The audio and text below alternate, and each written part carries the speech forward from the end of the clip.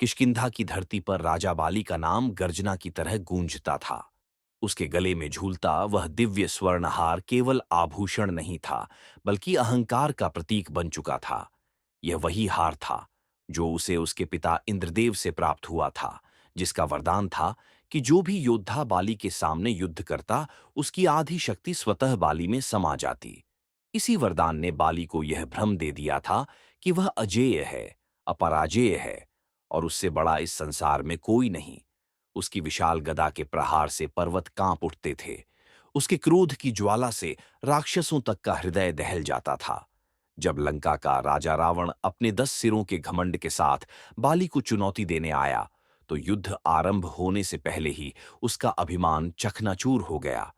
बाली ने रावण को अपनी कांख में दबा लिया और कहा जाता है कि उसे लेकर 6 महीने तक पूरी पृथ्वी पर घूमता रहा।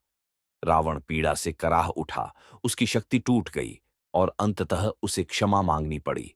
बाली ने उसे छोड़ तो दिया, पर उसी क्षण उसके भीतर अहंकार की दीवार और ऊंची हो गई। अब बाली को लगने लगा कि वह स्वयं देवताओं से भी बड़ा है। उसी समय किष्किंधा में एक तपस्वी की चर्चा फैलने लगी। एक ऐसा वानर जो गुफाओं में बैठकर केवल श्री राम नाम का जप करता था। वह कोई साधारण तपस्वी नहीं था, वह महावीर हनुमान थे। ऋषियों के श्राप के कारण हनुमान अपनी अपार शक्ति को भूल चुके थे, पर उनकी आत्मा आज भी ब्रह्मांड की सबसे प्रचंड शक्ति से भरी हुई थी। जब यह बात बाली तक पहुंची, तो वह हंस पड़ा। उसे लगा कि एक गुफा में बैठा तपस्वी उसकी शक्ति को क्या चुनौती देगा।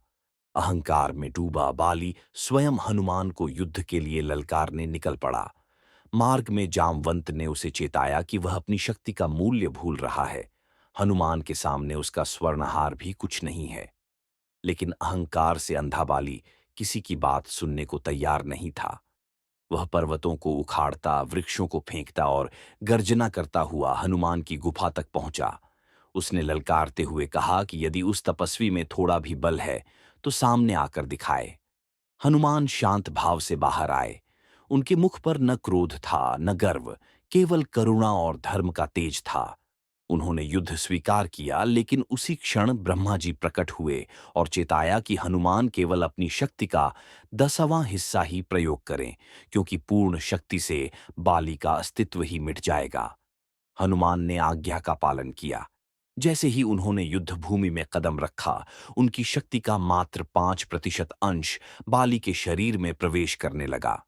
बाली को लगा कि वह पहले से भी अधिक शक्तिशाली हो गया है, पर यह भ्रम अधिक देर तक नहीं टिका। उसकी देह उस दिव्य ऊर्जा को सहन न कर सकी। नसें फटने लगीं, रक्त बहने लगा और पीड़ा से उसकी चीखें आकाश चीरने लगीं। जिस स्वर्णहार पर उसे गर्व था, वही उसकी रक्षा न कर सका। ब्रह्मा जी ने उसे अंतिम चेतावनी दी कि यदि प्राण बचाने हैं, तो तुरंत वहां से भाग जाए। भयभीत और टूट चुका बाली भागा।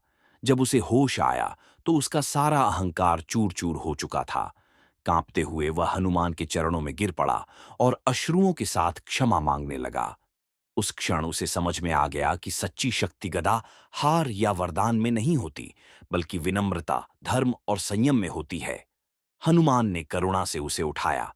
बाली का हृदय बदल चुका था। अहंकार का अंत हो चुका था और सत्य का उदय हो गया था। यही इस कथा का सार है। अहंकार चाहे कितना भी शक्तिशाली क्यों न लगे, उसका अंत निश्चित है।